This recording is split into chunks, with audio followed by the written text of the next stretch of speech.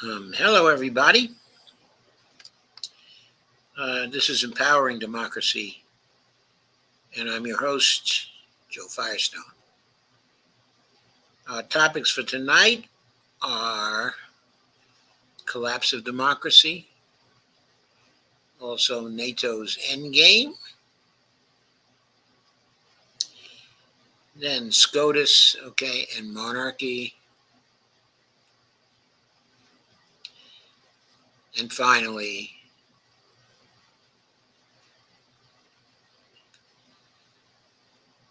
the end of Chevron, the end of Chevron deference, actually. Hi, Steve. Hi, Brandy. And hi, April, if you're back after dropping in at 7:35.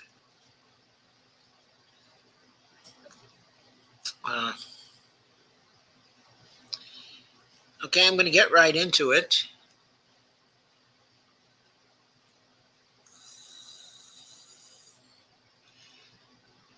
I want to get into a very interesting analysis by Alastair Crooke about what's been happening to democracy in the United States.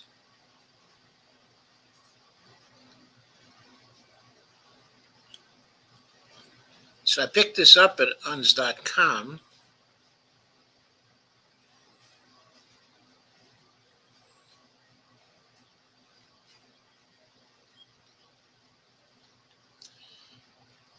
It's a pretty long piece, so we got to get right into it. It's called, "We Were, quote, deceived and gaslit for years, unquote, all in the name of democracy, quote unquote. Then, quote, poof, unquote, it collapsed overnight." This is, by Alastair Crooke, who has been a diplomat for his whole life. He's from the UK. And he now lives, in Italy, in retirement.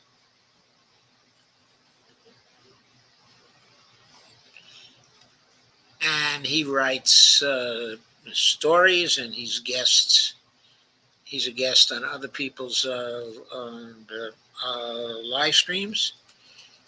And I think he's quite brilliant, in his analyses. I picked up some other of his posts for discussion here, but I was particularly taken with this one. We see clearly the collapse of the manipulation that has confined discourse to within the various Washington villages.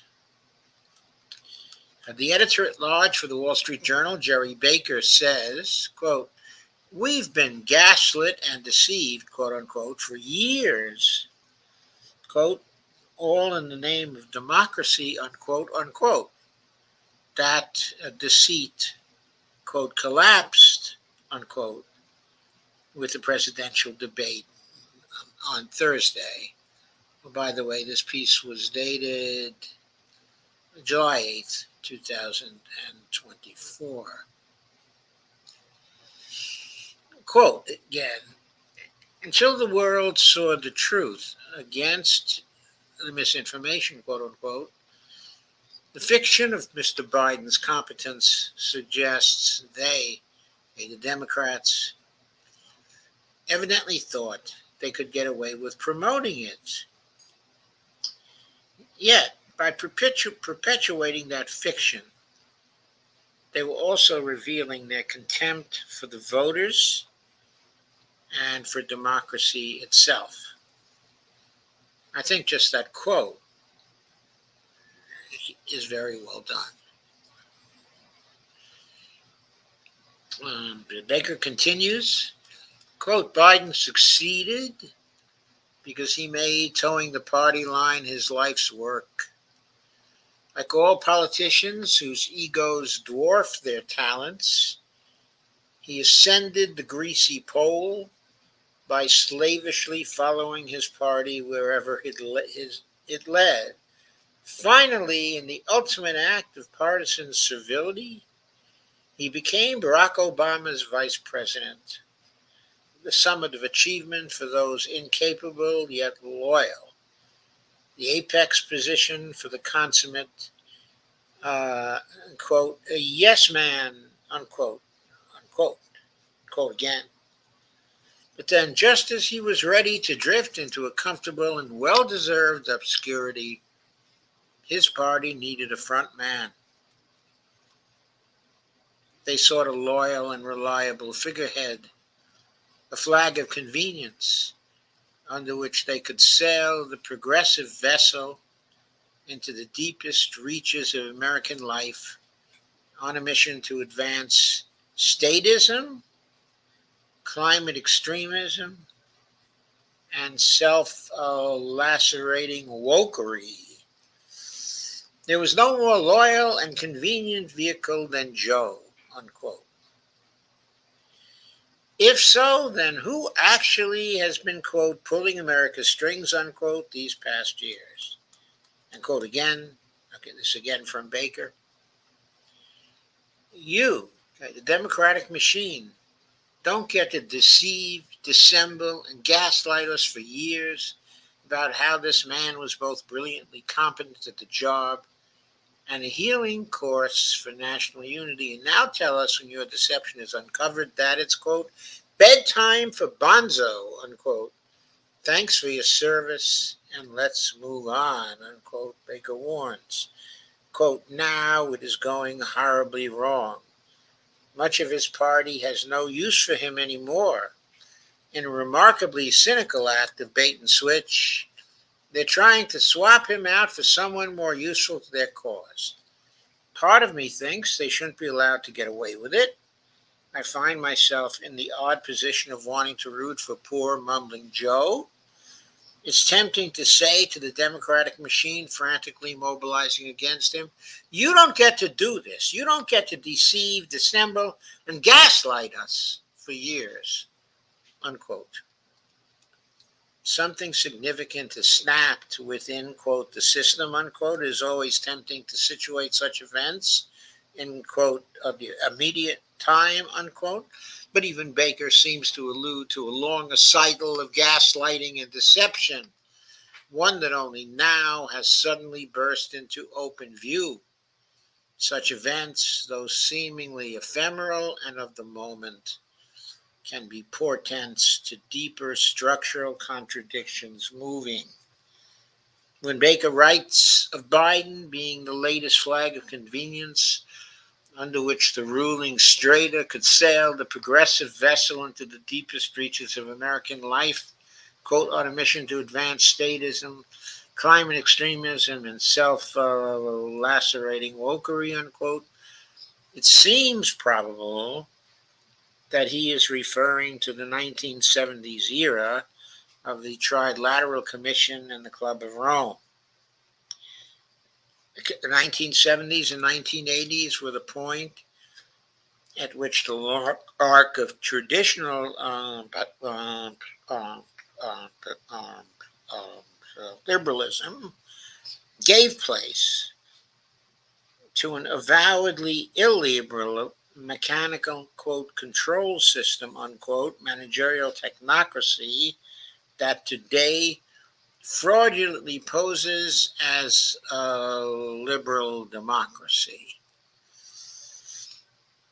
Emmanuel Todd, the French anthropologist historian, examines the longer dynamics to events unfolding in the present.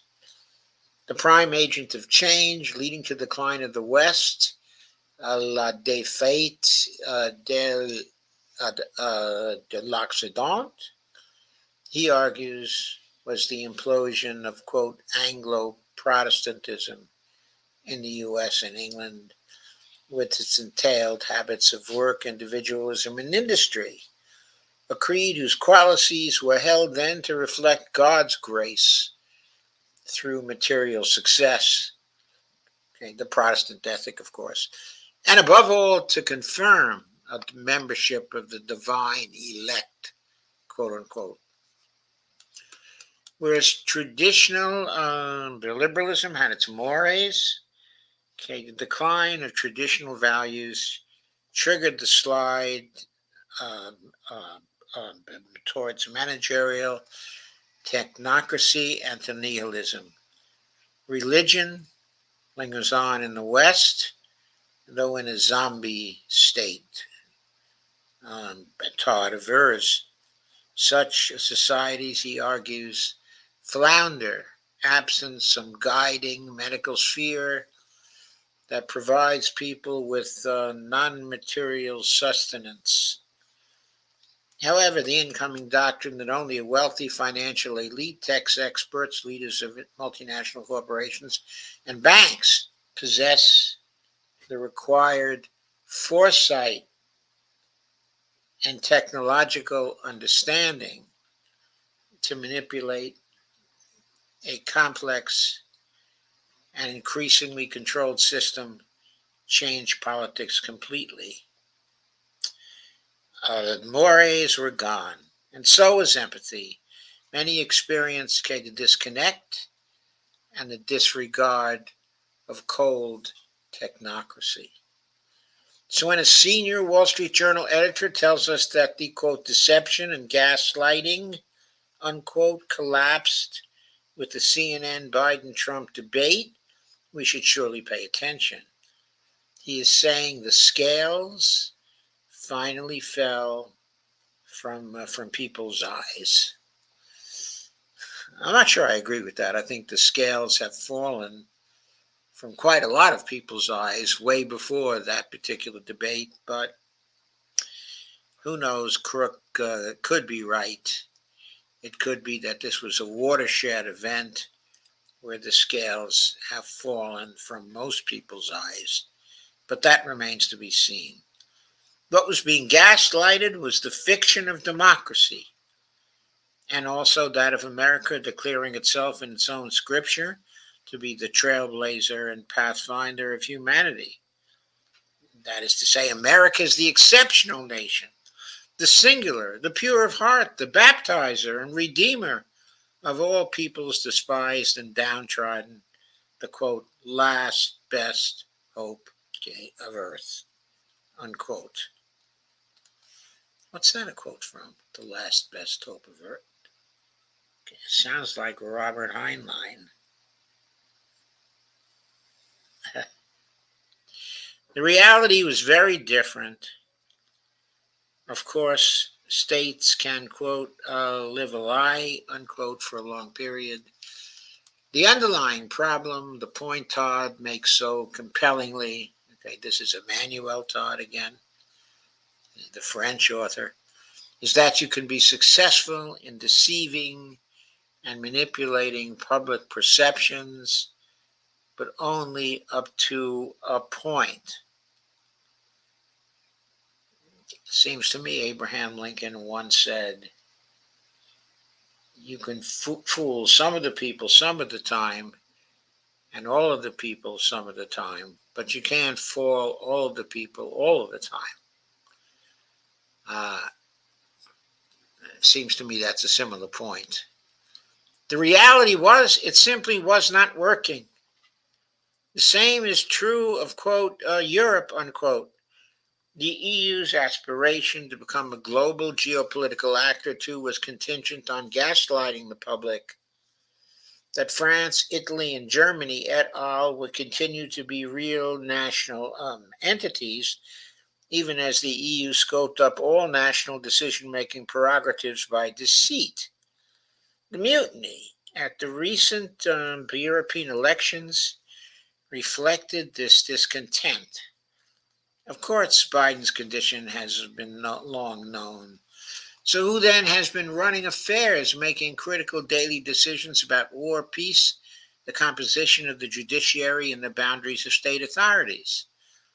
The Wall Street Journal piece gives one answer, quote, unelected advisors, party hacks, scheming family members, and random hangers-on make the critical daily decisions, unquote, on these issues. Maybe we have to reconcile to the fact that Biden is an angry, senile man who yells at his staff. Quote, during meetings with aides who are putting together formal briefings, some senior officials have at times gone to great lengths to curate the information in an effort to avoid provoking a negative reaction, unquote. It's like, quote, you can't include that, that will set him off, unquote. Or, quote, put that in, he likes that, unquote, unquote, said one senior administration official. It's very difficult and people are scared shitless of him, unquote, the official added. He doesn't take advice from anyone other than those few top aides. And it becomes a perfect storm because he just gets more and more isolated from their efforts to control it.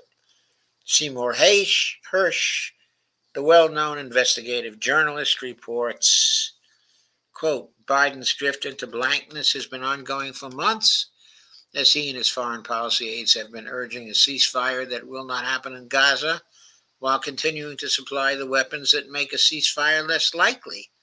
There's a similar paradox in Ukraine, where Biden has been financing a war that cannot be won, yet refusing to participate in the negotiations that could end the slaughter, unquote. Quote again, the reality behind all of this, as I've been told for months, is that Biden is simply, quote, no longer there, unquote, in terms of understanding the contradictions of the policies he and his foreign policy advisors have been carrying out. On the one hand, Politico tells us, quote, Biden's insular team are well acquainted with the longtime aides who continue to have the president's ear. Those are Mike Donnellan, Steve Ricchetti, and Bruce Reed, as well as Ted Kaufman and Klain, that is Ron Klain, on the outside, unquote. I didn't realize Ron Klain was on the outside now. It's the same people, quote, it's the same people. He has not changed those people for 40 years.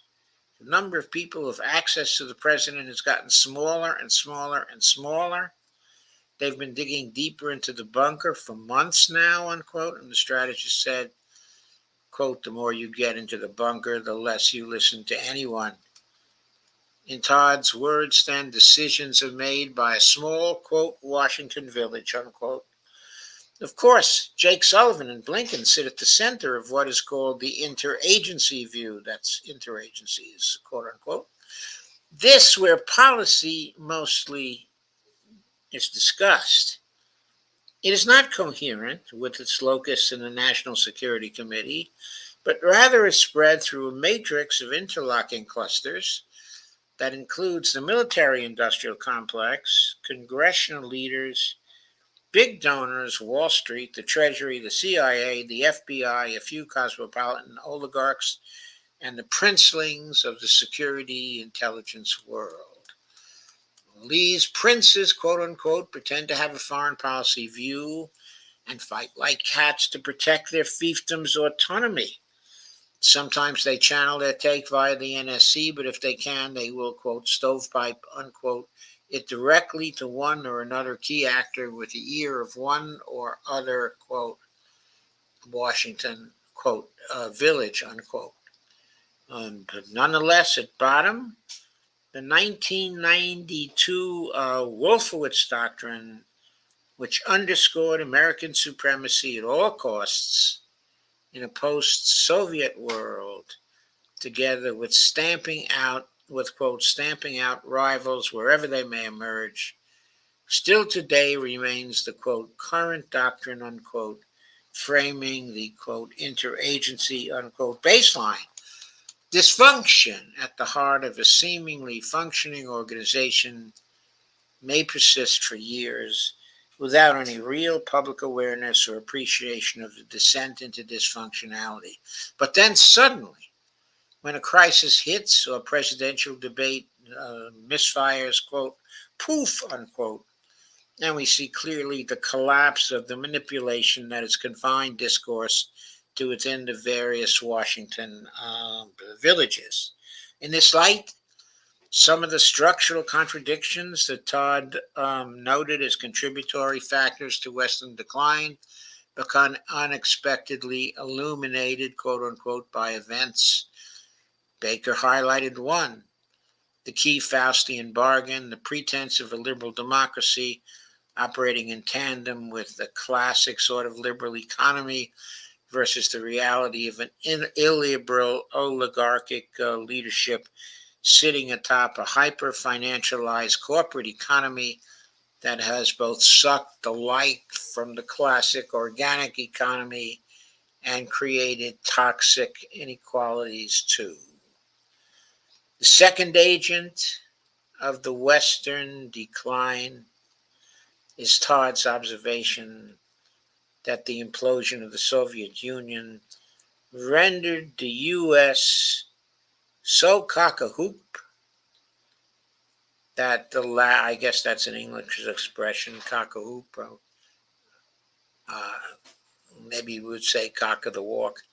That the latter triggered a paradoxical unleashing of global, quote, rules-based order, unquote, expansion of empire versus the reality that the West was already being consumed from its root upwards. The third agent to decline lay, Todd argues, with America declaring itself to be the greatest military nation on earth versus the reality of an America that has long rid itself of much of its manufacturing capacity, particularly the military capacity, yet elects to clash with a stabilized Russia, a great power returned, and with China, which has instantiated itself as the world's manufacturing behemoth, including militarily. These unresolved paradoxes became the agents of Western decline, Todd uh, said. He has a point. He has a point. I think that's a very pregnant analysis. I obviously don't agree with all of it, but you have to agree, okay, with much of it. And of course, it really ends, okay, with the conclusion. So, who is running the show, and what is the legitimacy of these people? It can't be very much because they're screwing up all the time. The wars are intolerable. As Steve Grumbine said just the other day, just stop the wars. Just stop. Yes, we have to just stop the wars. But we also have to stop the internal degradation of America by Donald Trump and by, of course, these decision makers on the Democratic side and by the Supreme Court of the United States.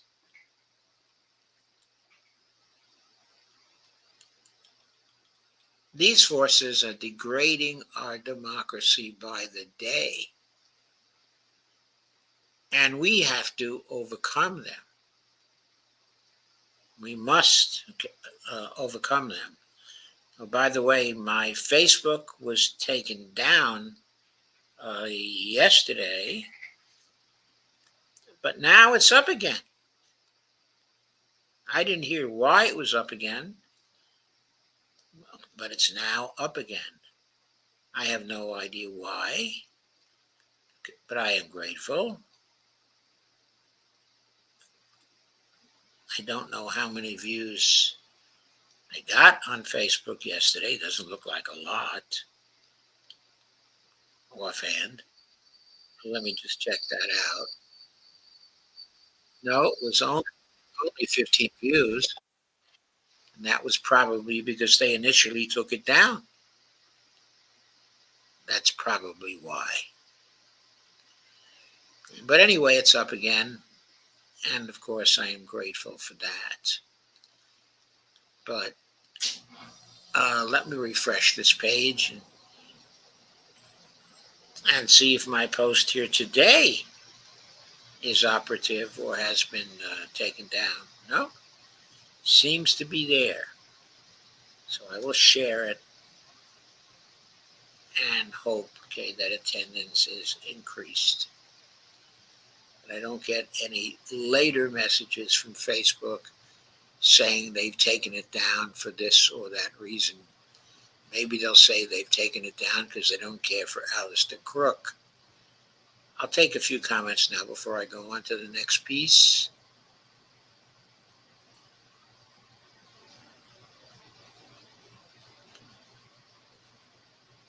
Steve says, hello, Doc. And Brandy says, listening to Low Key while waiting for Joe. April says, hi, friends and guests. Brandy, I was just thinking of the song with your name in it. Yes, I'm back. I love it. The kids can go to the pool every night, free time. And Brandy says, hi, at April. And yeah, I was named after that song. April says, that's so cute, Brandy. April says, Joe, Danny, and Scott will be on at 8:30 tonight. I thought they were on already. I seemed to see the video earlier. But anyway, I saw the video. I didn't get a chance to watch it. I got a chance to watch about 10 minutes of it, but I have to go back into it, of course. Steve says, vote third parties, no more duopoly. Yes, I think that's true. April says, I checked it out. It said Abraham Lincoln said that last best hope of Earth. Oh, so it wasn't Heinlein. Very good. Thank you, April. The last best hope of Earth. And I see Dee says no 9 p.m. ET show tonight. Okay, I could use the extra time, I'm sure, because that was a pretty long piece, and some of these others are going to be pretty substantial too. So I'm sure I'll run into the 9 o'clock hour. So April said, fetched it. Let us always honor our oaths to, as Abraham Lincoln said, quote, nobly save or meanly lose the last best hope of Earth, unquote. So help us God. I always loved Abe Lincoln. I always did. Steve said, I shared to Facebook. April said, oh, I forgot to check time zones. Okay. I'm going to go on to the second piece now, which is also quite a piece as well. It's about the end game, okay, of NATO.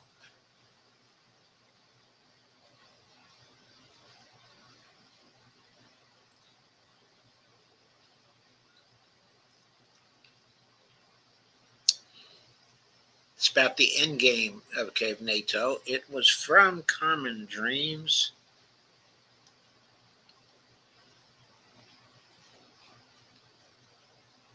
It's an opinion piece. And there's a graphic of Putin and Biden. I believe Biden is brandishing a cruise missile. Putin seems to be brandishing what looks like it may be a ballistic missile, but it's certainly hypersonic. This is a photo of peace activists wearing masks of Russian President Vladimir Putin and President Joe Biden posing with mock nuclear missiles in front of Berlin's Brandenburg Gate on January 29, 2021, in an action to call for more progress in nuclear disarmament. The photo was by John McDougall, /AFP via Getty Images. NATO's endgame appears to be nuclear war, is the headline. It is downright puzzling that millions of people aren't protesting in the streets every day. Yeah, it's been puzzling to me, too, for a long time, to de-escalate the crisis between Russia and the West and pull civilization back from the brink. This is by Chris Wright, July 9th, 2024, from Common Dreams. The world is at its most dangerous moment since the Cuban Missile Crisis of 1962. How many streams have I said that? Back then, however, the fear of total destruction consumed the public. Today, few people seem even to be aware of this possibility. It is easily imaginable that nuclear war could break out between Russia and perhaps China in the West, yet politicians continue to escalate tensions, place hundreds of thousands of troops at, quote, high readiness, unquote, and attack military targets inside Russia, even while ordinary citizens blithely go on with their lives. The situation is without parallel in history. I can attest to the fact that my neighbors here in this senior development seem completely oblivious. I think even the person who, other than ourselves, is most politically aware here, she reads The Guardian, doesn't seem to be aware, at least she never talks about, of how close we are to nuclear war. Maybe it's because she only reads The Guardian and studiously avoids the alternative media. Consider the following facts. A hostile military alliance, now including even Sweden and Finland, is at the very borders of Russia.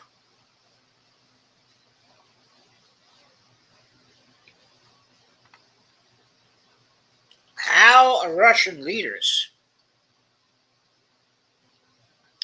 whose country was almost destroyed by Western invasion twice in the 20th century, supposed to react to this? How would Washington react if Mexico or Canada belonged to an enormous expansionist and highly belligerent anti-U.S. military alliance? By the way the U.S. has been behaving for so long, we may yet see the day that happens. It's not beyond the imagination that Mexico might choose to join BRICS. And who knows what, after that. Canada does seem like a long shot to go anywhere else. But even just Mexico would be serious enough. As if expanding NATO to include Eastern Europe wasn't provocative enough. Washington began to send billions of dollars worth of military aid to Ukraine in 2014 to, quote, improve interoperability with NATO, unquote. It's no wonder people are unaware of this. They use words such as interoperability in order to describe what they're doing. In the words of the Defense Department, why this Western involvement in Ukraine, which, as Barack Obama said while president, is, quote, a core Russian interest, but not an American one, unquote. One reason was given by Senator Lindsey Graham, Republican, South Carolina, in a recent moment of startling televised candor. Ukraine is, quote, sitting on 10 to 12 trillion dollars of critical minerals. I don't want to give that money and those assets to Putin to share with China, unquote. Well, I hate to tell him, but it's not his to give, as we've been finding out. As the Washington Post has reported, Ukraine harbors some of the world's largest reserves of titanium and iron ore, fields of untapped lithium, so they're like Pennsylvania in that way, and massive deposits of coal. Collectively, they are worth tens of trillions of dollars, unquote. Ukraine has colossal reserves of natural gas and oil, which I hope it never uses anyway, because, fossil fuels, in addition to neon, nickel, beryllium, and other critical rare earth metals. For NATO's leadership, Russia, and in particular China, can't be permitted access to these resources. The war in Ukraine must therefore continue indefinitely, and specifically negotiations with Russia mustn't be pursued. Meanwhile, as Ukraine was being de facto integrated into NATO in the years before 2022, the United States put into operation an anti-ballistic missile site in Romania in 2016. As Benjamin Abelo notes in How the West Brought War to Ukraine, the missile launchers that the ABM system uses can accommodate nuclear-tipped defensive weapons like the Tomahawk cruise missile. Quote, Tomahawks, unquote, he points out, quote again, have a range of 1,500 miles, can strike city of Moscow and other targets deep inside Russia, and can carry hydrogen bomb warheads with selectable yields up to 150 kilotons, roughly 10 times, not quite 10 times, that of the atomic bomb that destroyed Hiroshima, unquote. Poland now boasts a similar ABM site. U.S. assurances that these anti-missile bases are defensive in nature to protect against an incredibly unlikely attack from Iran can hardly reassure Russia, given the missile launcher's capability to launch offensive weapons. In another bellicose move, the Trump administration in 2019 unilaterally withdrew from the 1987 Treaty on Intermediate Range Nuclear Forces.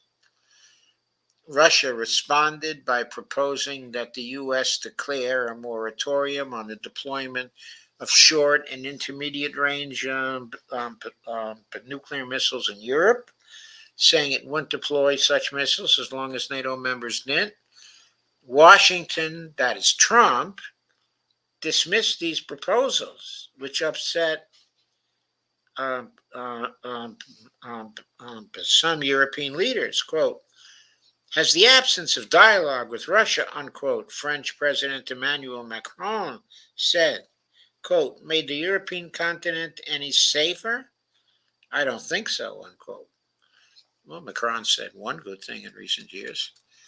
The situation is especially dangerous given what experts call, quote, warhead ambiguity. As senior Russian military officers have said, quote, there will be no way to determine if an incoming ballistic missile is fitted with a nuclear or a conventional warhead, and so the military will see it as a nuclear attack, unquote. That warrants a nuclear retaliation. A possible misunderstanding could thus plunge the world into nuclear war. And if you say in response to that, well, the Russians will know when the ballistic missile hits, whether it's a conventional warhead or nuclear warhead, so will they retaliate if it turns out to be a conventional warhead? But that really doesn't wash, because if there are a number of warheads coming towards them and they don't know whether they can, a nuclear warhead, they're not going to wait around to find out, because waiting around would be too costly. They're going to launch when their radars show those missiles heading for them. So now we're more than 2 years into a proxy war with Russia that has killed hundreds of thousands of people and has seen Ukraine even more closely integrated into the structures of NATO than it was before. And the West continues to inch ever closer to the nuclear precipice. Ukraine has begun using U.S. missiles to strike Russian territory, including defensive, not only offensive missile systems. This summer, Denmark, the Netherlands, Norway, and Belgium will begin sending F-16 fighter jets to Ukraine. And Denmark and the Netherlands have said there will be no restrictions on the use of these planes to strike targets in Russia. F-16s are able to deliver nuclear weapons, and Russia has said the planes will be considered a nuclear threat. I have to add here that there are already F-15 jets, in Europe, and there's no question that these F-15s, they have greater nuclear capability than the F-16s because the bomb bays in those are roomier. They can deliver heavier nuclear payloads, and they already exist, in Europe. I don't think Ukraine has any of those yet, but it would be easier to ship those even than the F-16s. Bringing the world even closer to terminal crisis, NATO Secretary General Jens Stoltenberg, I think he's the former Secretary General, states that 500,000 troops are at, quote, high readiness, unquote, and in the next 5 years, NATO allies will, quote, acquire thousands of air defense and artillery systems, 850 modern aircraft, mostly fifth-generation F-35s, and also a lot of other high-end capabilities, unquote. Emmanuel Macron has morphed into one of Europe's most hawkish leaders, with plans to send military instructors to Ukraine very soon. At the same time, NATO is holding talks about taking more nuclear weapons out of storage and placing them on standby. Where all this is heading is unclear. He probably should have said where all this is heading is nuclear. But anyway, what's obvious is that Western leaders are acting with reckless disregard for the future of humanity. Their bet is that Russian President Vladimir Putin will never deploy nuclear weapons despite his many threats to do so and recent Russian military drills to deploy tactical nuclear weapons.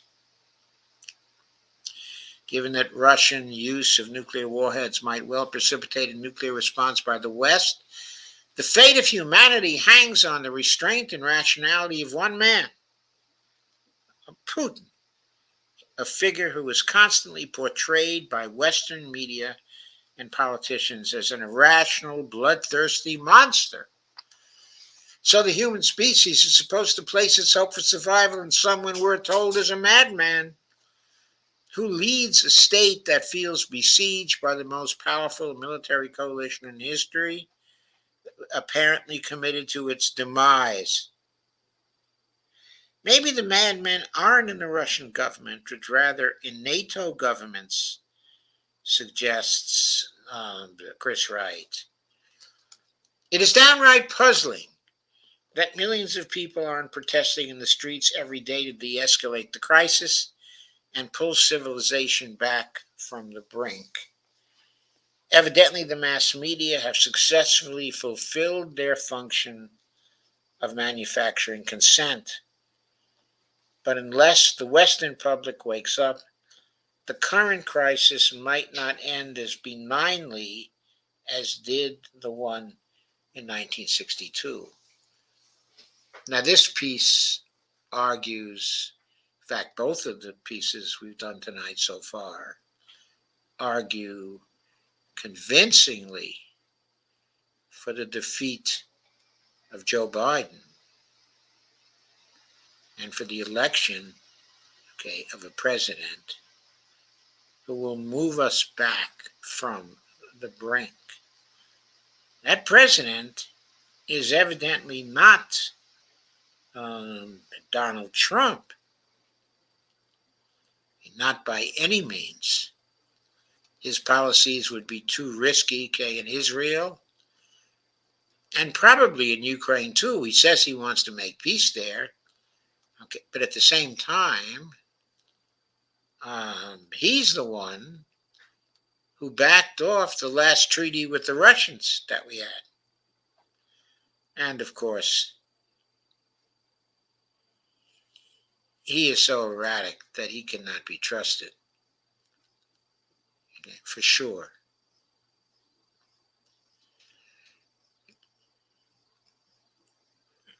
So now we're going to move on to the Supreme Court. Have another couple of articles on there, okay, that I want to go through. But all this really is relating to the election. As we have stated many, many times before, Joe Biden is absolutely unacceptable. And now even more so that the gaslighting is over. And we can see that he's no damn good. He can't be the president. He's no damn good. Steve Wilprin said, I shared to Facebook. Thank you very much, Steve. April said, oh, I forgot to check time zone. See, I read that before. April says, The Verge reported that hacktivists hacked Project 2025, but I don't know if the info is public. Yeah, I think it's been published. It's a 925-page publication. Maybe that's not the full version, and something else has been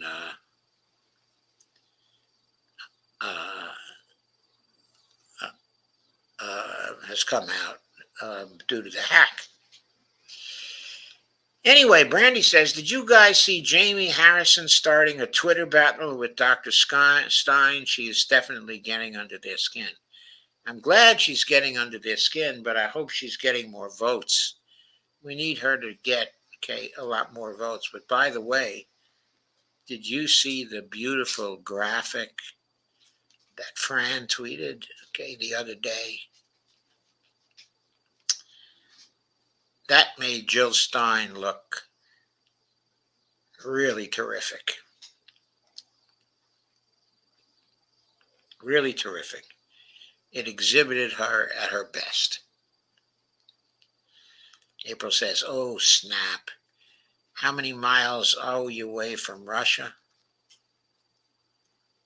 I don't know.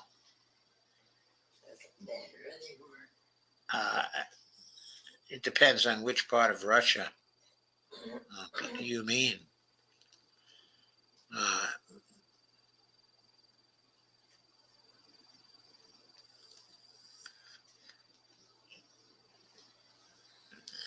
I'd estimate it's probably 6,000 miles away from Russia.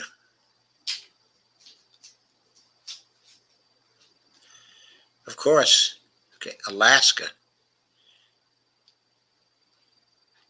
is very close to Russia, as Sarah Palin brought home to us. I can see Russia from my house.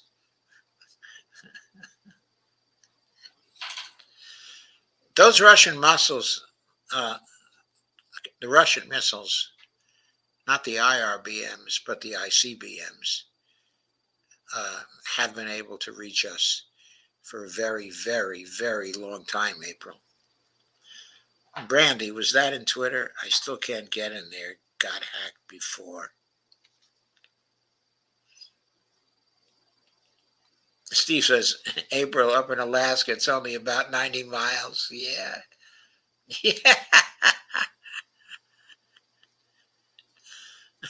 April says, oh, wow, Steve. Brandy says, yes, it was on Twitter. April says, thanks, Brandy. I stopped watching The Handmaid's Tale because it is too real. And here we are. And Hunger Games struck a nerve because it took place after a nuclear bomb. Yeah, it did, but too many people, it seemed like a lot of people were left alive. I'm not sure that's going to be the case. The part of Russia that can send out nuclear missiles, I believe that all parts of Russia can send out nuclear missiles. I'm sure they've placed them in all parts of Russia, including Siberia, quite close to Alaska, because it's not that far from that part of Siberia to Canada, to Washington, to Oregon, to California. Not that far. It's more, okay, than 90 miles, okay, but it can't be more than, I don't know, 2,000 miles to those places from Siberia. So here we go.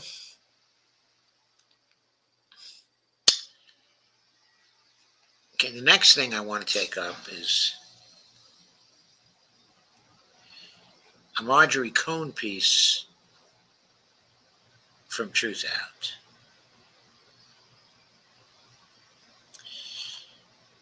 Title of it is "The Supreme Court," should be seeing it now. The Supreme Court has made it official.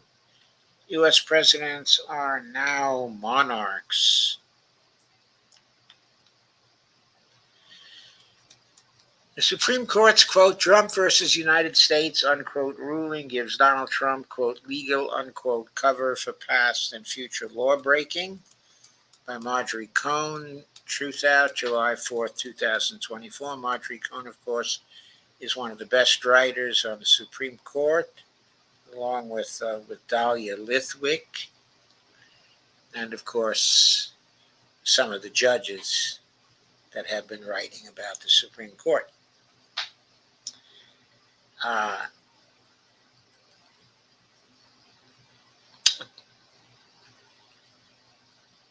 That photo is by Amanda Andretti Rhodes for the Washington Post, via Getty Images. And someone holding a sign, "Trump is not above the law," wearing a t-shirt saying "dumpster fire." This is part of the series Human Rights and Global Wrongs. Did you know Truth Out is a nonprofit independently funded by readers like you? If you value what we do, please support our work with a donation.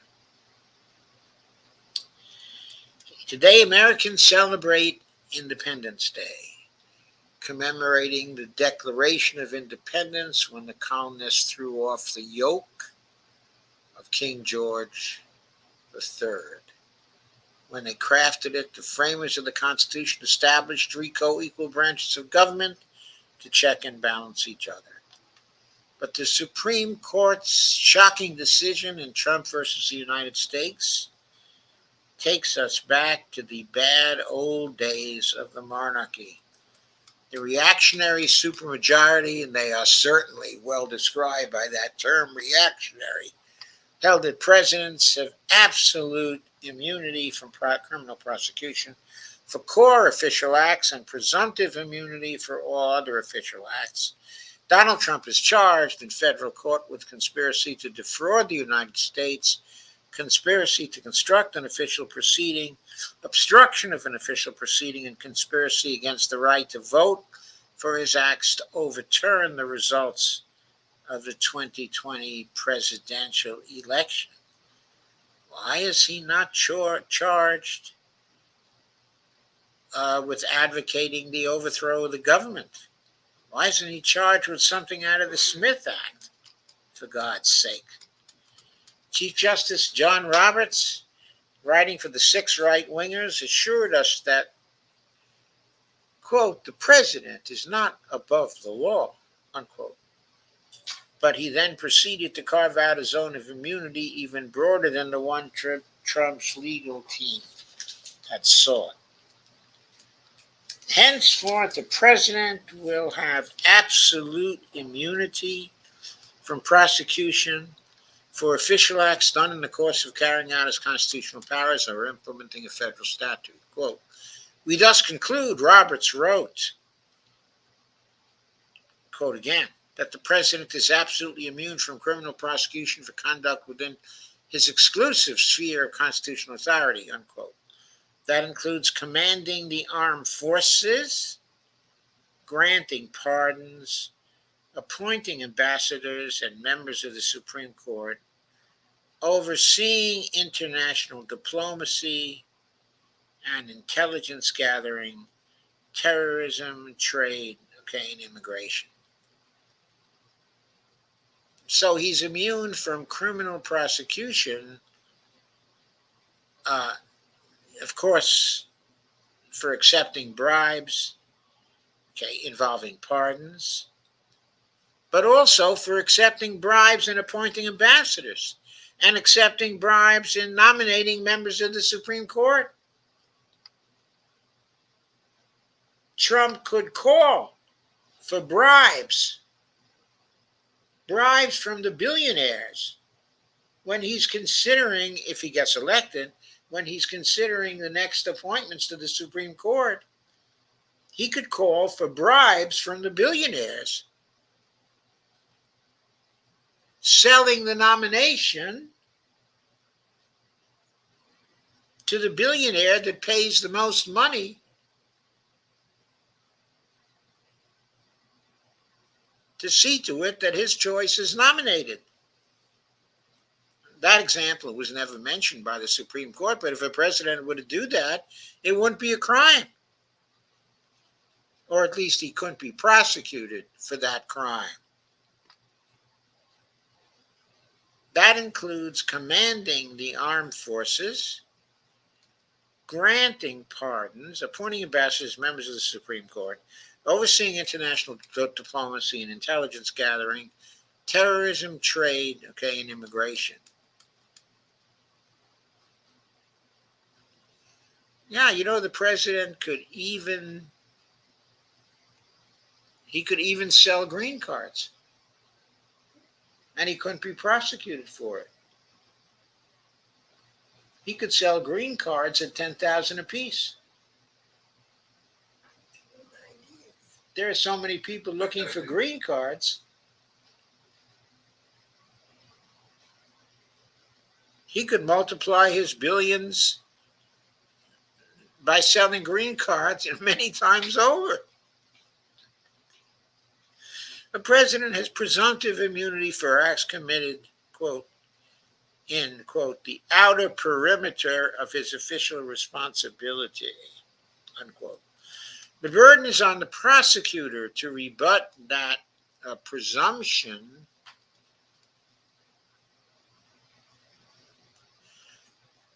of immunity by showing that prosecuting such an act would pose no, quote, dangers of intrusion on the authority and functions of the executive branch, unquote, a tall order. Quote again, it is hard to imagine a criminal prosecution for a president's official acts that would pose no dangers of intrusion on presidential authority in the majority's eyes, unquote. Sonia Sotomayor noted in her impassioned dissent, joined by Elena Kagan and Ketanji Brown Jackson.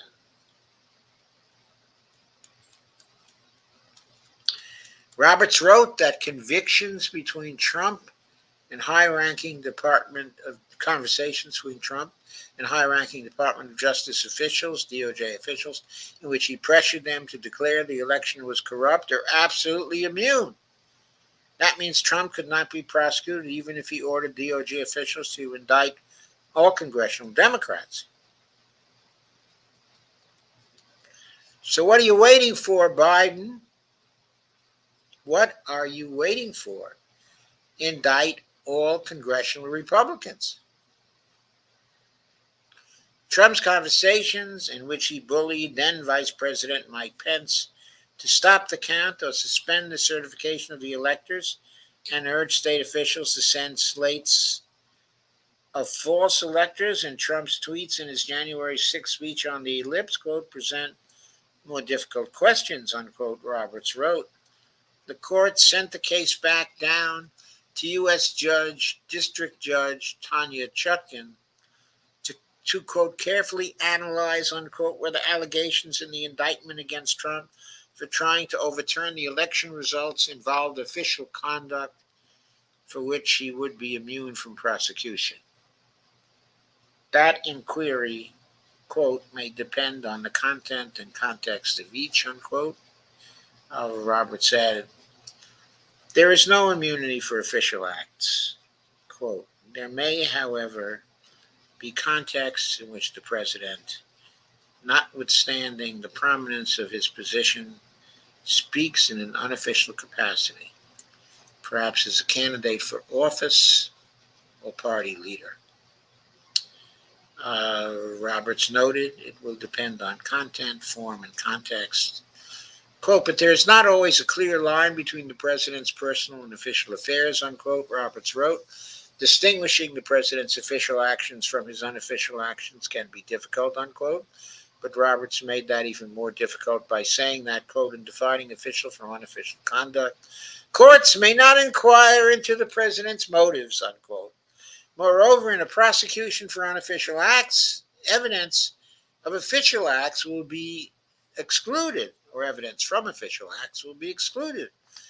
Although she joined the majority opinion, Amy Coney Barrett disagreed with that holding, quote, yet excluding from trial any mention of the official act connected to the bribe would hamstring the prosecution, unquote.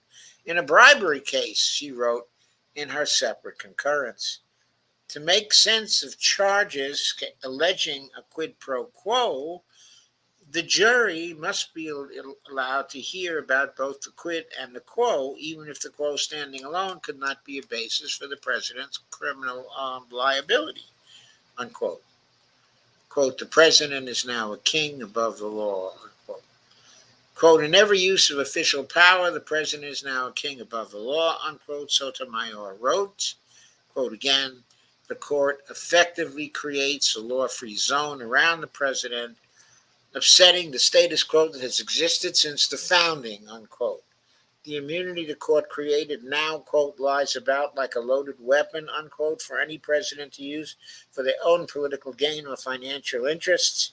And you could bet that Trump is going to use that for both his political gain and his financial interests. And he'll probably intertwine the two together with the knowledge that they are inoculated from criminal liability, Sotomayor added. Now, when the president, quote, uses his official powers in any way, unquote, he will be immune from prosecution, Sotomayor noted, quote, orders the Navy SEALs Team 6 to assassinate a political rival, immune. Organizes a military coup to hold on to power, immune. Takes a bribe in exchange for a pardon, immune, immune, immune. In a separate, dissent.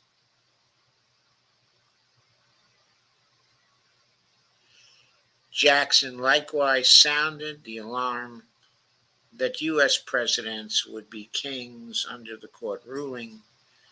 Quote, the majority of my colleagues seems to have put their trust in our court's ability to prevent presidents from becoming kings through case-by-case application of the indeterminate standards of their new presidential accountability paradigm, unquote, she wrote.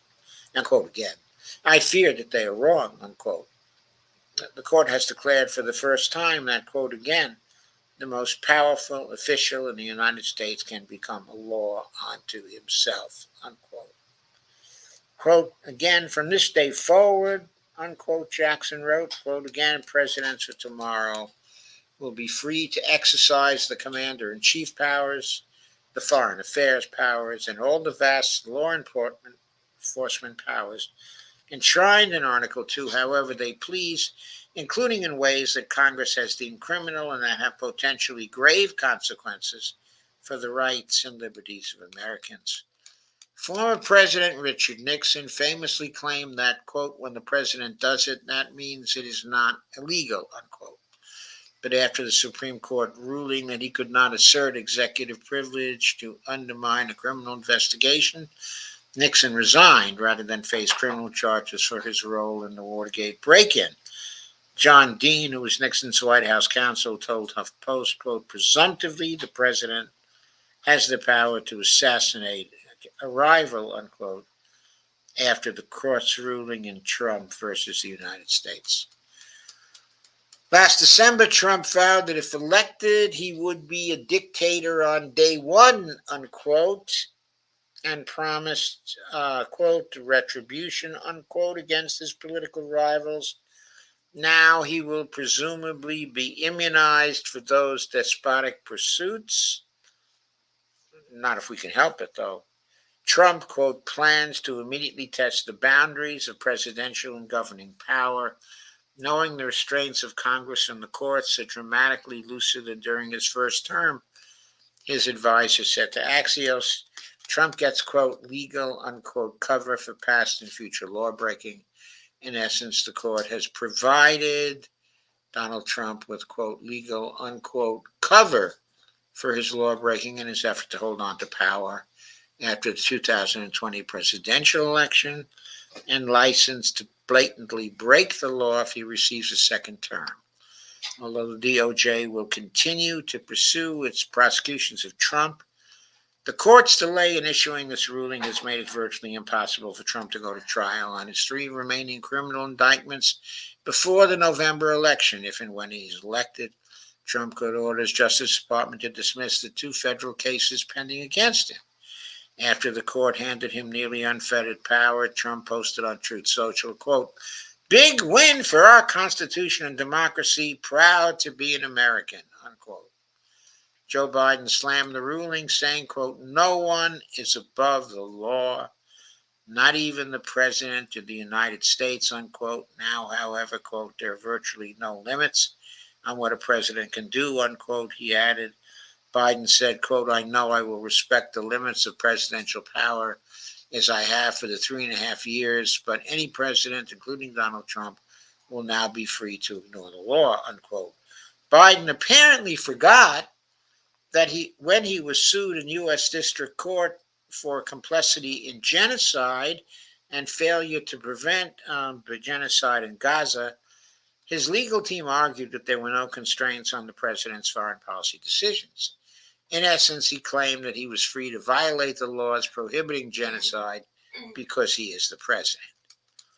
Although Trump's federal conspiracy trial will be delayed so that Judge Chutkan can decide which of his actions are immune from criminal consequences, it will provide a valuable opportunity for a full and public hearing about the former president's actions to overturn the election results.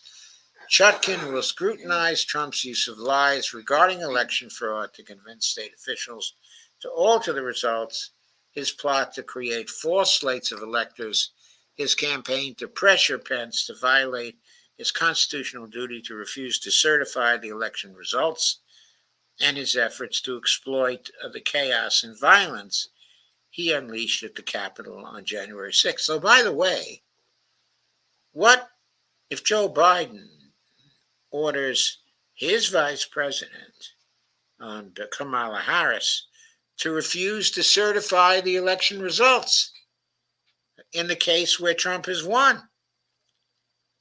What's Trump going to do then? I mean, Biden would be immune. Trump, of course, would then call for a revolution, a violent revolution. And he might get, an attempted revolution himself. Maybe this is the way to get rid of him. Anyway,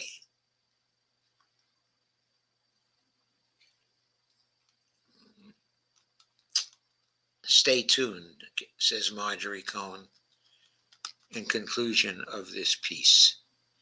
Stay tuned. Stay tuned for the new monarchy in the United States. But we know it won't merely be a monarchy, because the tyranny of King George will be nothing compared to the tyranny, of Donald Trump, armed as he will be with modern technologies for tyranny.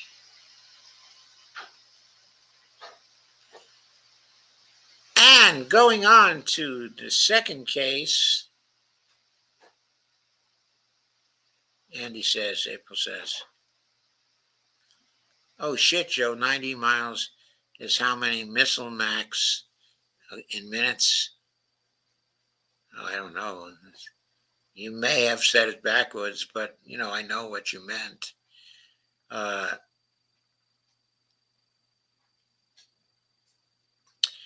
Okay, one Mach might be 650 miles.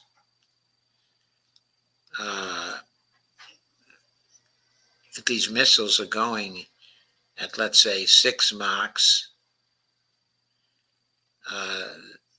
that might be something like, let's say,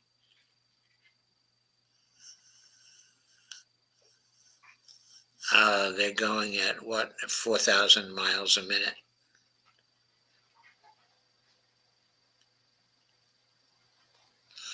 Well, the speed of sound is 650 miles a second, I think. So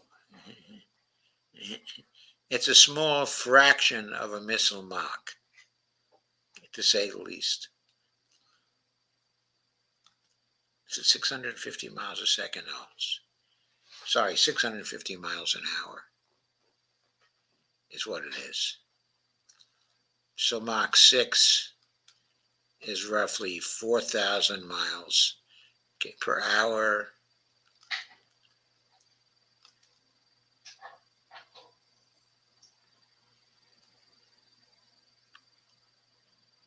So if we divide by 3,600,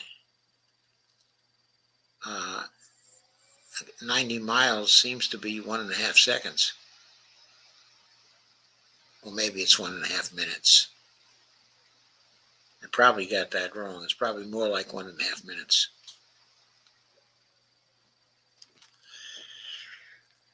April says, I was president of policy councils for Head Start years ago in the U.S. So would I have immunity too? Well, if the president gave you a pardon K in advance. I'm kidding around too. So I will now move to my last piece. Says we'll have no time to kiss our arse goodbye. Yes. Or kiss anybody else's arse goodbye either, April.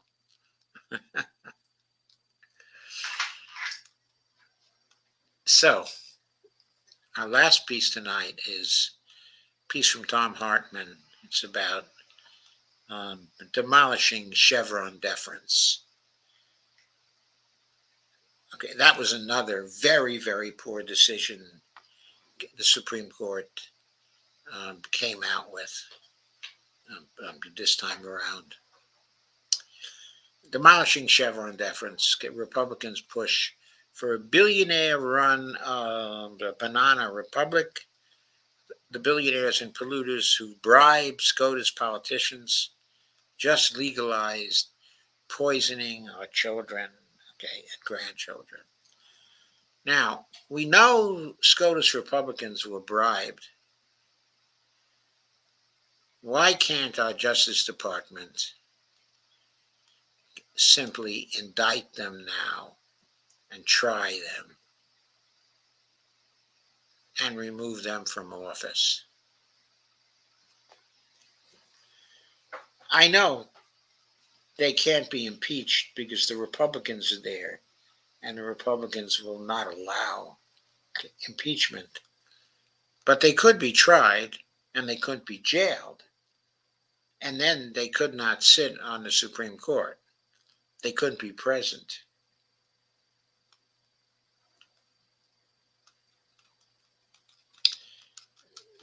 Tom published this on July 9th, 2024.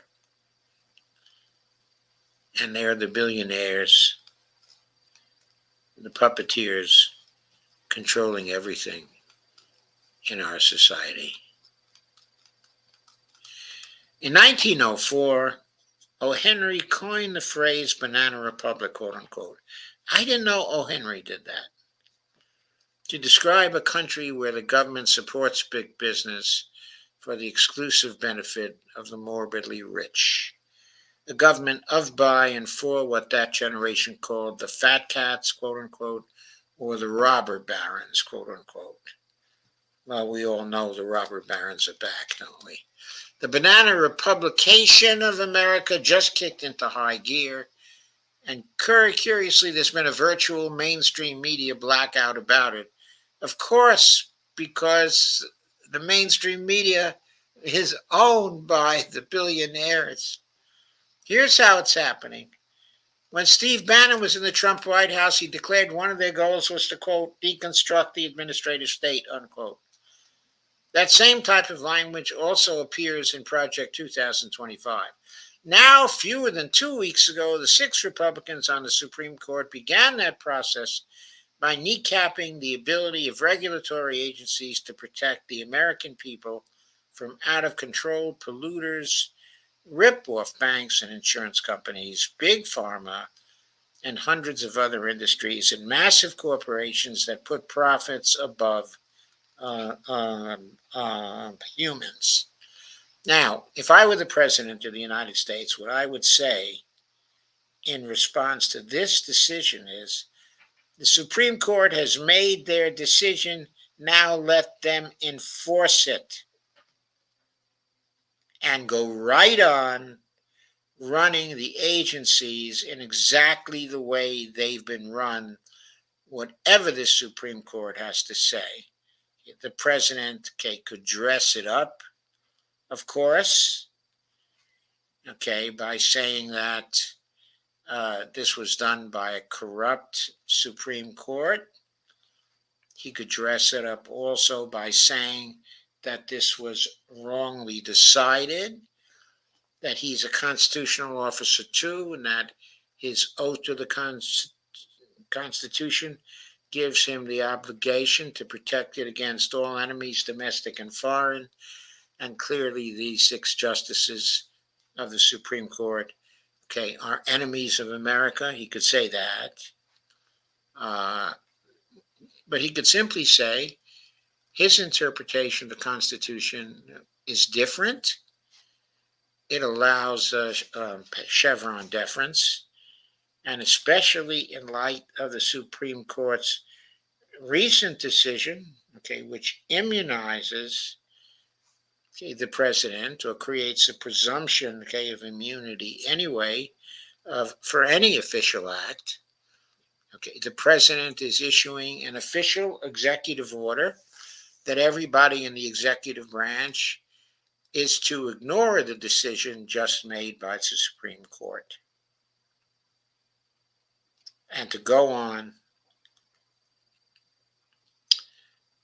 with their regulations in just the way proposed by the Congress and practiced by the executive branch. And so their decision when it comes to Chevron deference makes no difference, at all, because the executive is just going to ignore this decision. Anyway, they did it by blowing up the Chevron deference. It's part, I skipped a little part of this as I should go through because it's good. By kneecapping the ability of regulatory agencies to protect the American people from out-of-control polluters, rip-off banks and insurance companies, big pharma, and hundreds of other industries and massive corporations that put profits above humans. By the way, here's a way for Biden to win re-election. He could simply say he's going to ignore this and continue protecting the American people through the regulatory agencies from out-of-control polluters, rip-off banks and insurance companies and big pharma and hundreds of other industries, whatever the Supreme Court says, that he's just going to ignore this decision. It's part of their long-term commitment to turning America into a billionaire and corporate-run banana republic with an autocrat as president. The case of Loper Bright Enterprises versus Raimondo ends the power of most regulatory agencies that are so hated by America's most exploitative industries and the right-wing billionaires they've made. Well, as I say, it doesn't end the power of the regulatory agencies if the executive branch just refuses to enforce Loper Bright versus Raimondo. As Senators Whitehouse, Serrano, Feinstein, and Warren noted, this case is the product of a decades-long effort by pro-corporate interests to eviscerate the federal government's regulatory apparatus to the detriment of the American people. So how did the Supreme Court put the EPA and other regulatory agencies functionally out of business? It has to do with something called the Chevron deference, a policy established by the court decades ago to protect just such agencies. Here's how regulatory law, using the example of the EPA, is supposed to work in super simplified form.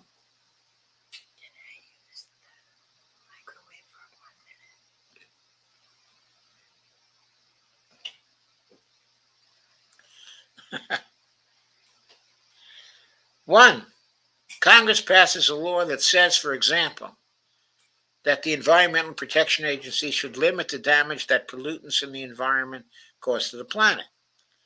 Congress, the Constitution's Article 1 branch of government, defines the broad goal of the legislation, but the executive branch, Article 2, which encompasses the EPA and other regulatory agencies, has the responsibility to carry it out. EPA, part of the executive branch and answering both to the law and the president, then convenes panels of experts. They spend a year or more doing an exhaustive, deep dive into the science, coming up with dozens or even hundreds of suggestions to limit airborne pollutants, ranging from rules on how much emission cars can expel to drilling and refining processes that may leak or pour poisons into our atmosphere, waters, etc. The expert suggestions and unrest run past a panel of rulemaking bureaucrats and hired gun rulemaking experts, lawyers, for the EPA to decide what the standard should be.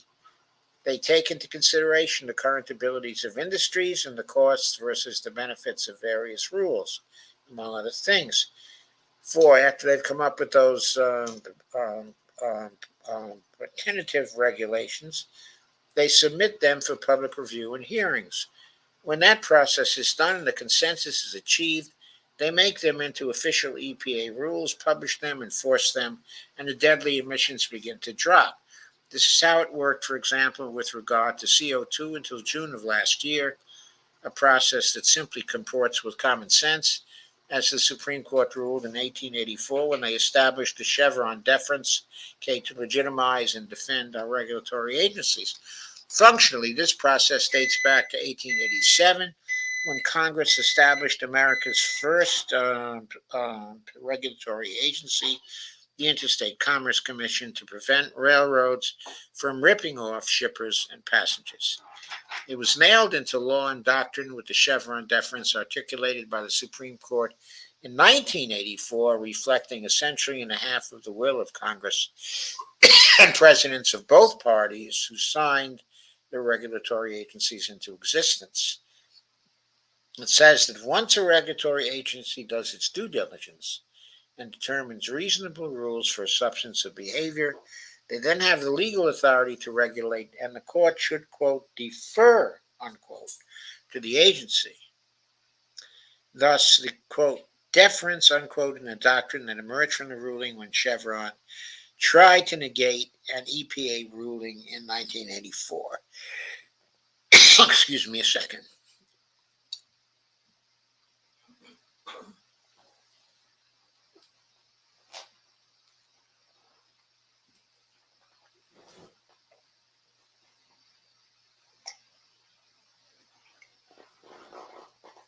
Congress passes laws that empower regulatory agencies to solve problems. The agencies figure out how to do that, put the rules into place, and the solutions get enforced by the agency.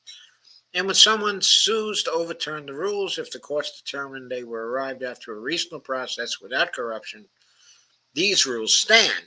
Then came a group of right-wing Supreme Court justices, including Neil Gorsuch, the son of Reagan's EPA administrator Ann Gorsuch, who resigned in disgrace after trying to destroy the agency, who overturned rules made by the EPA about CO2 emissions from power plants in their June 2022 West Virginia versus EPA decision, taking the first big bite out of the Chevron deference. The rationale is that because the legislation that created the EPA doesn't specifically mention, quote, regulating CO2, unquote, but instead let the EPA itself determine what pollutants are dangerous to America and the planet. The agency lacks that power to regulate CO2. And now it has lost that power, the result of that West Virginia versus EPA decision 2 years ago. Again, if the president decided that he wasn't going to obey the Supreme Court, then the EPA could still be exercising that power to regulate CO2. And only a gutless wonder president would have allowed the Supreme Court to get away with that particular decision. And if the gutless wonder president had said, "You have made your decision, now let's see you enforce it,"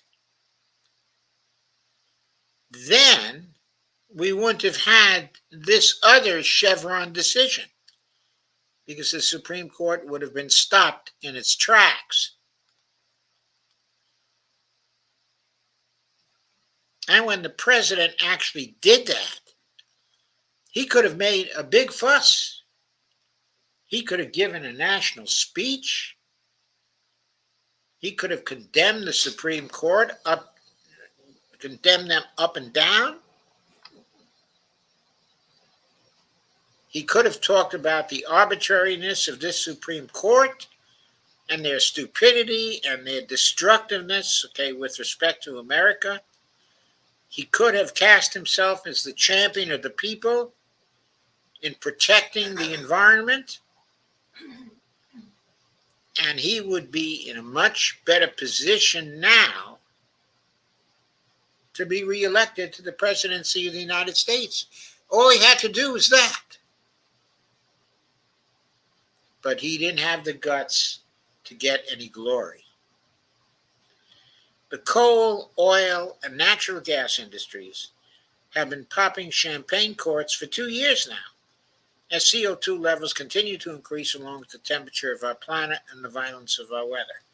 In addition to Gorsuch, the court's decision makers in West Virginia versus EPA included Amy Coney Barrett, whose father was a lawyer for Shell Oil for decades, and John Roberts, Sam Alito, and Brett Kavanaugh, who are all on the court in part because of support from a network funded by fossil fuel billionaires in their industry, among others, that brought that case and then brought this year's Loper Bright versus Raimondo. And of course, there's Clarence, quote, on the take, unquote, Thomas, who supported the Chevron deference 15 years ago, but since being wined and dined by right-wing billionaires in 2020 wrote, quote, Chevron compels justices to abdicate the judicial power without constitutional sanction. Chevron gives federal agencies unconstitutional power, unquote. Giving us a clue to how this went down, all 6 Republicans on the court voted to gut the EPA's ability to regulate CO2 in West Virginia. All 3 Democratic appointees opposed the decision. Justice Elena wrote that the court, quote, does not have a clue about how to address climate change, yet it appoints itself instead of Congress or the expert agency, the decision maker on climate policy. I cannot think of many things more frightening.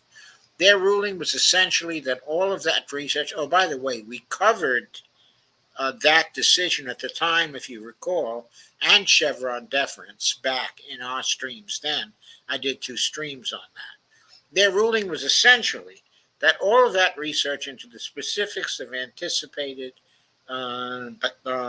regulations, all those hundreds of scientists, millions of public comments, and hundreds of thousands of science hours invested in understanding problems and coming up with workable solutions must now be done by Congress and the courts rather than administrative regulatory agencies. As if Congress and the courts had the time, and staff. Well, the courts don't have the time and staff, and of course they're not going to do anything to get the time and staff because they're trying to gut the regulations.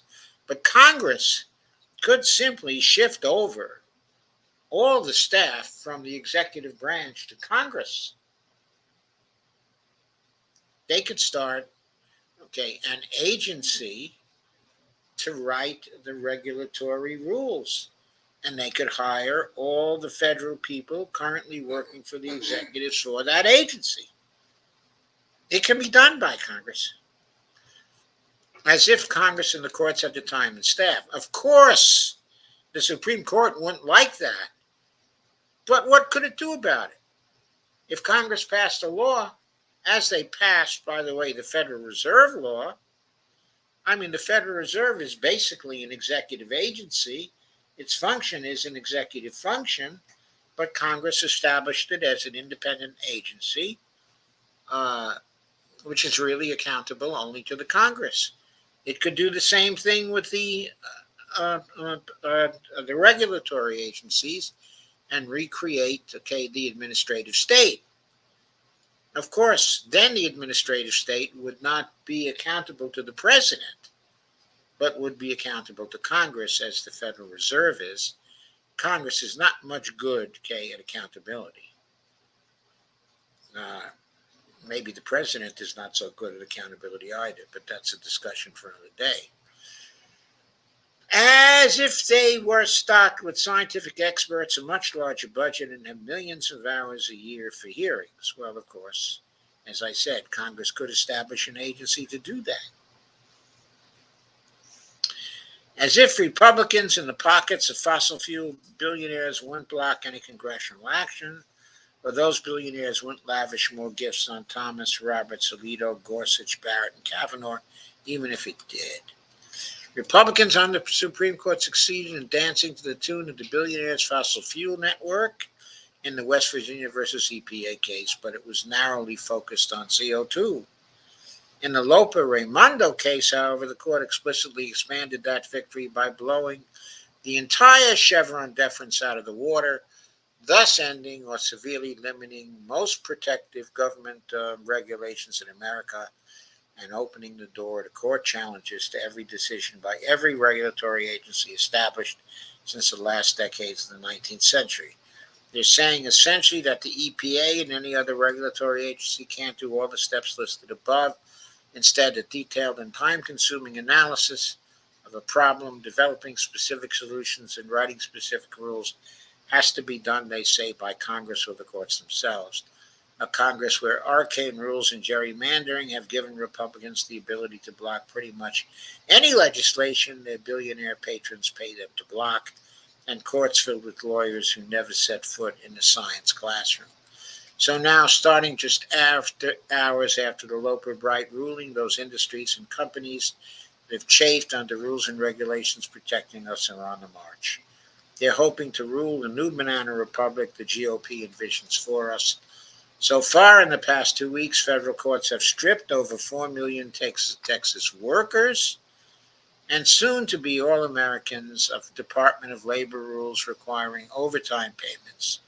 It happened hours after the SCOTUS ruling, specifically referencing that particular ruling. The executive branch better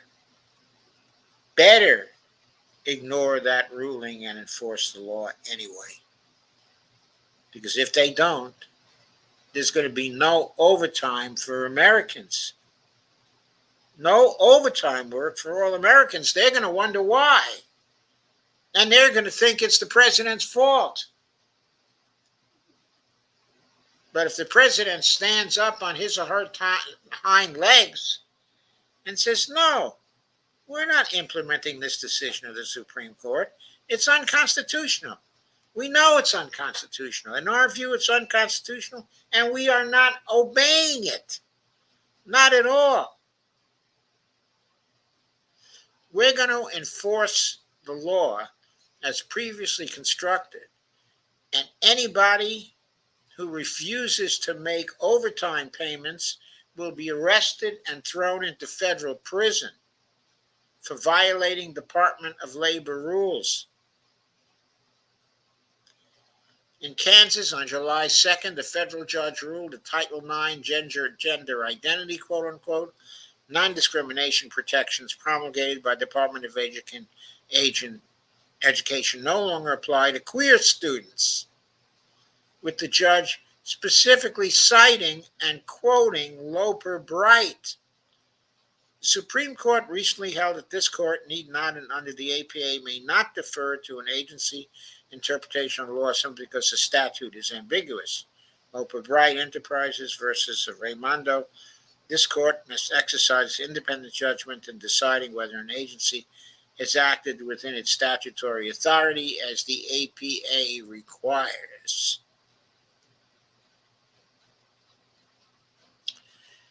It's been fewer than 2 weeks since the court accomplished what Trump and Project 2025 publicly aspire to, but the floodgates have opened. Dozens of other challenges to protective regulations are already in the works, including but not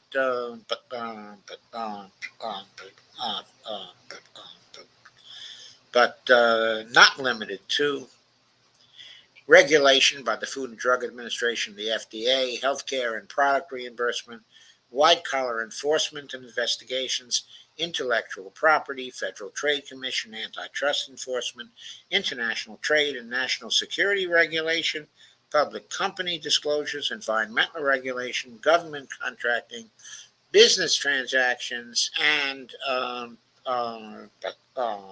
litigation, unquote. Thousands more will soon clog the federal courts, including the legal status of mifepristone and birth control. The 6 Republicans on the Supreme Court have unleashed a legal tsunami that, if not reversed by Congress or through expanding the court, threatens to take Americans back to 1876, when morbidly rich robber barons, landlords, and employers could rip off and poison Americans with impunity. Well, 2 comments on that. First of all, Tom is absolutely right about that. That analysis is an excellent analysis, and he's absolutely right about that. But apart from that, I wonder what Bobby Kennedy is going to say about this, in his campaign. He's talking about regulating the hell out of the corporate criminals, isn't he? One of his main themes is putting under control again the corporations and all the bad things that corporate America does to Americans. He's talking about regulating the hell out of that. How is he going to regulate if he accepts the Loper Bright decision? And if he doesn't accept it, shouldn't he say so now? And shouldn't he come up with a plan for how he's going to get around this? Or is he going to be allowed to say things about how he's going to rid Americans of all these corporate crimes without saying how he's going to get around a Supreme Court decision? One of the main faults of the Bobby Kennedy campaign, as I've been saying from the very beginning, is that he has nothing to say about how he's going to neutralize this Supreme Court. Well, now this Supreme Court has just cut the guts out of his campaign. When is he going to say something about that? It's past time to stand up and speak out. Going on with the article. And Dick Durbin's Senate Judiciary Committee is the logical place to start, with subpoenas to bear this court's naked corruption. If you agree, you can find Durbin's phone numbers and addresses here, and a list of the committee members here.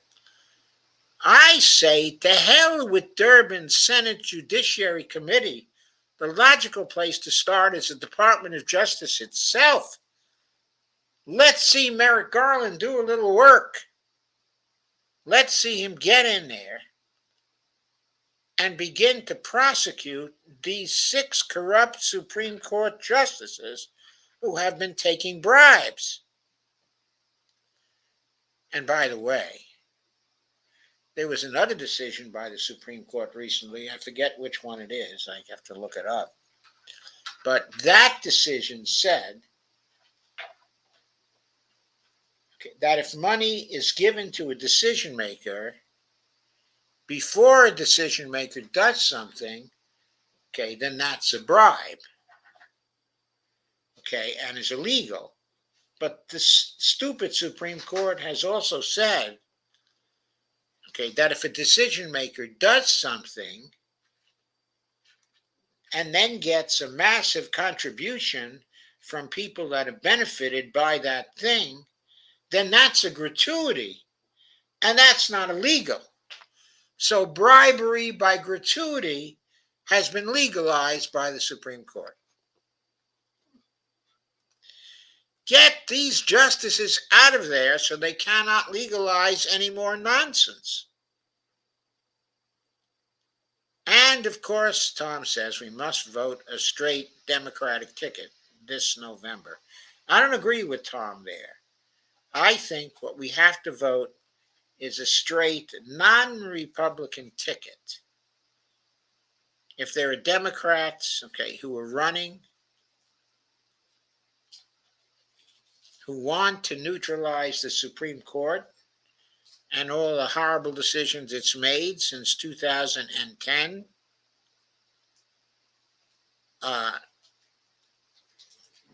then I think they should be able to compete. But every Republican should be voted out because every one of them supports this Supreme Court. And if they don't support it, they need to declare themselves. And we'll find out who does not. Maybe Thomas Massie does not. So maybe there shouldn't be a prohibition against voting against him. But everybody else should be voted out. There are Green Party candidates who are going to be running. And they may be a lot more trustworthy than their Democratic counterparts. So in this election, we ought to let it be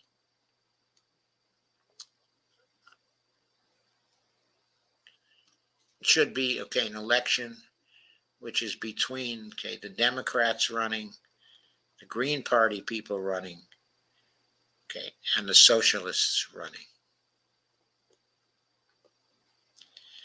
And may the best candidate win. But as I said, there shouldn't be a single Republican, elected if you want to take back the government of the United States. As Tom says, every day that goes by without these corrupt judges being held to account by the Senate or by the Department of Justice is another day closer to the end of the functional, quote, government of the people, by the people, and for the people, unquote, and our final transition into a genuine and perhaps irreversible banana republic. Very good piece by Tom, I thought, except, of course, for the end, because Tom, as always, is vote blue no matter who. Always vote blue no matter who. Poor Tom. He just can't get over that.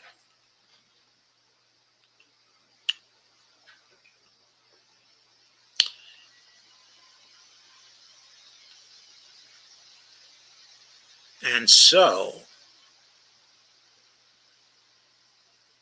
I'll go back to your comments. April says, that's not helping my anxiety. April, I'm not here to help your anxiety. I'm here to get you to call your congresspeople and to lay them out for being so freaking stupid and so freaking bought by corporations. April says, we call gutless wonders extra, which means extra tarded. And Greg Mallard is here. Greg, the court should have been stacked with extra justices to prevent all of this. Of course. But the gutless wonders didn't try to get through court packing. There is a bill calling for 4 more justices. But first of all, that was too conservative. It should have called for 6 more justices. And second, it was simply tabled and lost. There was no action taken on the bill. In the first 2 years, when Biden had the Senate and had the House, there was no action taken on such a bill when it was obvious it should have been taken.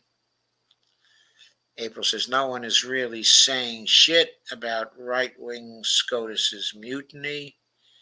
No. Geez, even the SCOTUS is corrupted. Greg says, even Ron Paul spoke out against this. Greg says, those justices should be impeached. Biden's inaction on SCOTUS reform, is alarming. They should not only be impeached, they should be prosecuted. But let's be real. They can't be impeached because the Republicans control the House. So let's forget about that and just put them in jail. And then see if the Republicans can win so that they can keep them on the court even though they're in jail. Or whether non-Republicans can win and can then see to it that they do get impeached. And Greg says, Biden's inaction on SCOTUS reform, is alarming. And what do you mean alarming? It's infuriating. It's stupid. It's moronic. It's gutless. April says, that means Tom is complicit in genocide with his stubborn blue crap.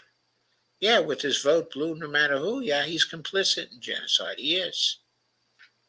He is. He's as complicit as AOC.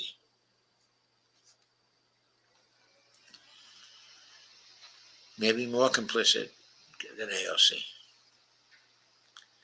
Because I don't see him writing about the genocide in Gaza. April says, I didn't mean you're responsible for my anxiety. I'm not here for a support group. I know, April. Don't worry. I wasn't taking that seriously.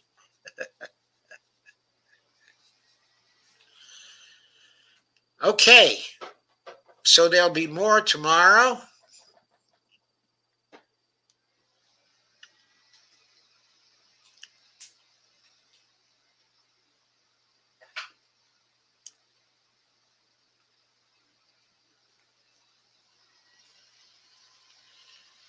Okay, so there'll be more tomorrow.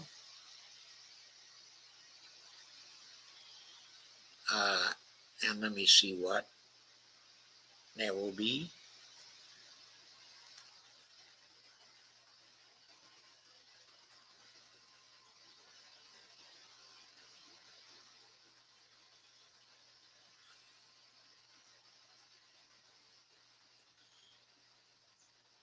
We'll be talking about the dictatorial Trump court serving the corporate masters again.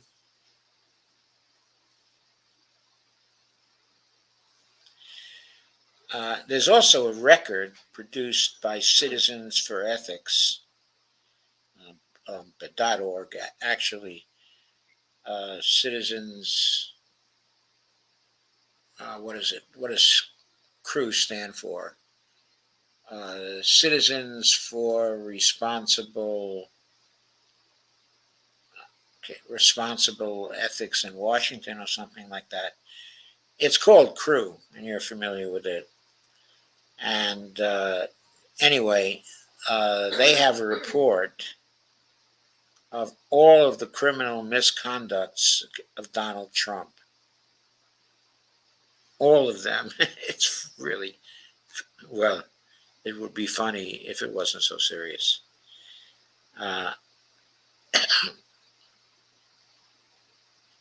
We'll also be talking about absurdism and fascism in the 2024 election.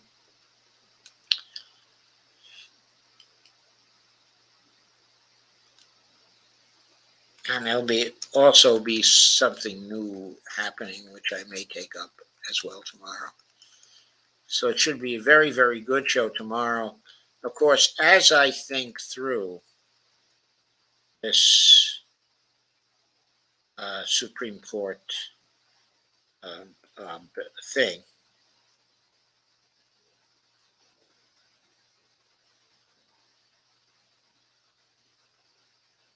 I'm continuing to examine the things that can be done about it.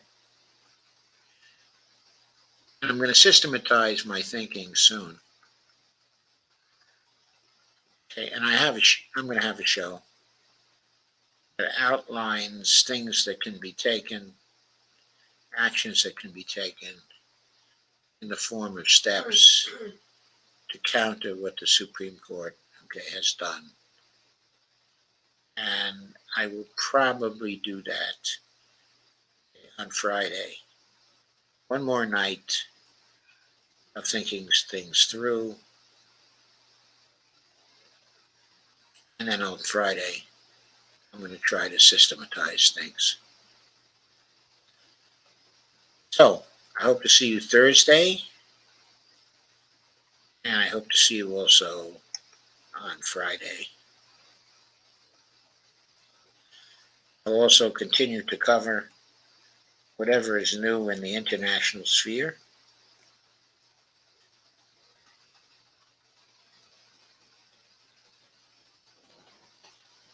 So I'm very committed to that now as well. So unless there are further statements or questions, I'll say good night for tonight.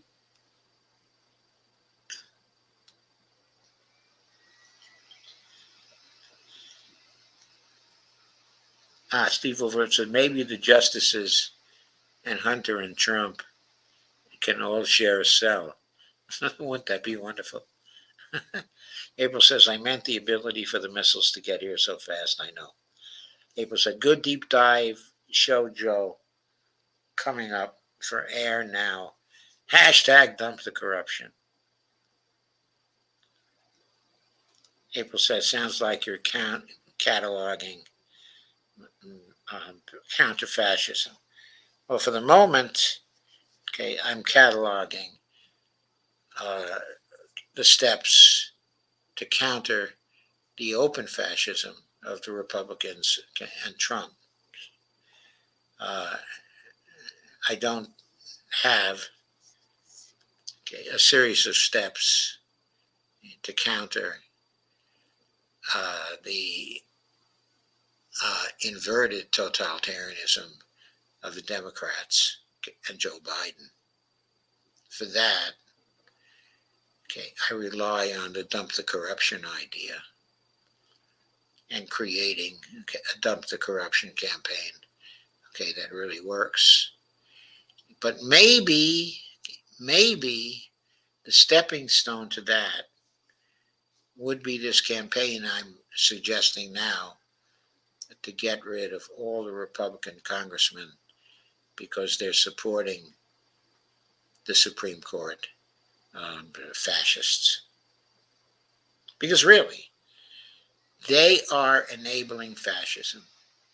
Those 6 Supreme Court justices are enabling fascism. We can see it. Just look at all their decisions. Look at the various ways in which decisions are enabling fascism. We can see it. So, if we get rid of all the Republican congressmen on grounds that they too are enabling fascism through their support of the Supreme Court, then we would have done at least some of the job of dump the corruption. Then we could seriously turn to the Democrats to get rid of the rest of it. So that's all for tonight, and I'll see you tomorrow. Please like, share, and subscribe. I need as much help with the algorithm as I can get. The turnout here tonight was a little on the small side again. Okay, I really need to be continuously up in the 20s, okay, these days, and more. I have been on occasion in the last few weeks, but I need that, okay, to be a constant. I need to get up to enough people watching this so that I can feel comfortable bringing in some other people to do conversations with me. Uh, They'll be more like conversations and maybe debates with me, friendly conversations, I think. But it'll be more, if I start doing interviews again, they'll be more like conversations that are back and forth, because most of the people, okay, who are doing interviews are bringing in the experts and questioning them as if, they're the experts. And I would be doing some of that, but in many of these areas, I have a pretty deep knowledge myself, so things would be more like conversations. Anyway, I need to get up to many more people to feel comfortable in inviting people, okay, to do that. So I need help from you to evolve, okay, in that way. So please do all like, share, and subscribe. Okay, it helps me with the algorithm. And I'll see you tomorrow, and I'll see you Friday. Thank you.